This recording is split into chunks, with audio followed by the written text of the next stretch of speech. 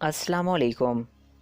Science की दुनिया में इन्हें कभी तो दूसरी कायनात में जाने का रास्ता कहा जाता है, तो कभी मौत का गड्ढा। क्या ब्लैक होल के पीछे हज़ारों राज छुपे हैं, या फिर ये एक सिर्फ सैयारा है? हाँ दोस्तों, मैं हूं रिजवान अली और आप देख रहे हो यूटीवी। दोस्तों, वीडियो का बाकायदा आगाज़ करने से कबल आप दोस्तों से गुजारिश है कि अगर आपने अभी तक हमारे इस यूट्यूब चैनल को सब्सक्राइब नहीं किया तो इसको सब्सक्राइब कर लें।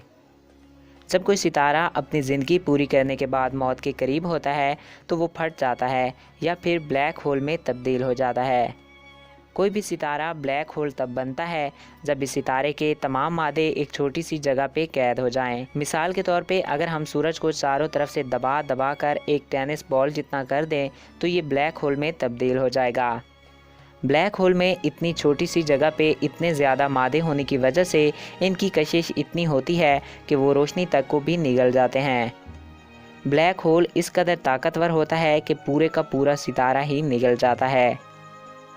साइंसदानों के मुताबिक ब्लैक होल एक आसमान से दूसरे आसमान तक रास्ता बनाते हैं और इस बात को 1400 साल पहले कुरान मजीद में भी बताया जा चुका है। अल्लाह ताला कुरान पाक में फरमाते हैं, आसमान और तारे की कसम, और तुम्हें क्या मालूम कि तारे क्या है? ये वो सितारा है जो साकिब है। सूरह तारिक। दोस्तों, साकिब अरबी ज़बान में आर पार सुराख को कहते हैं और दूध की धार की मानद रोशनी को भी साकिब कहते हैं। कुरान मजीद में इस सितारे की दो खूबियाँ बयान की गई हैं।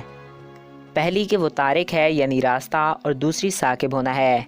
साइंसदानों के मुताबिक भी ब्लैक होल से एक दूध की धार की मानद रोशनी खारिज होती है। ब्लैक होल की खोज इसी सदी में हुई है और इंसान 19वीं सदी में ब्लैक होल के बारे में बिल्कुल ही अनजान था, मगर आज से 1400 साल पहले कुरान करीम में इस सितारे के बारे में बताया जा चुका है। अगर हम रोशनी की बात करें तो यही एक ज़रिया है जो हमारी आँखें महसूस कर सकती हैं और हमें वो चीज़ दिखाई देती है।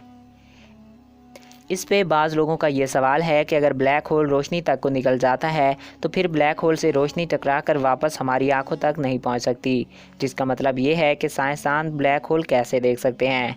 ये भी एक बड़ा सवाल है, मगर साइंटिस्ट ने पिछले कुछ सालों में दावा किया है कि उन्होंने हज़ारों ब्लैक होल्स को हमारी मिल्की वे गैलेक्सी में दरियाफ्त किया है, और अगर कोई ब्लैक होल हमारी ज़मीन के नज़दीक आ जाता है तो फिर हमारी ज़मीन नूडल की तरह होकर इसमें समा जाएगी।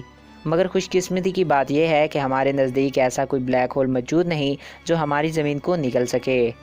सो फ्रेंड, आई होप आपको ये वीडियो अच्छा लगा होगा। मज़ीद ऐसे इन्फॉर्मेटिव वीडियोस के लिए हमारे इस यूट्यूब चैनल को सब्सक्राइब करना ना भूलिएगा और वीडियो को अपने दोस्तों के साथ शेयर कीजिएगा। Thanks for watching. अल्लाह हाफिज़।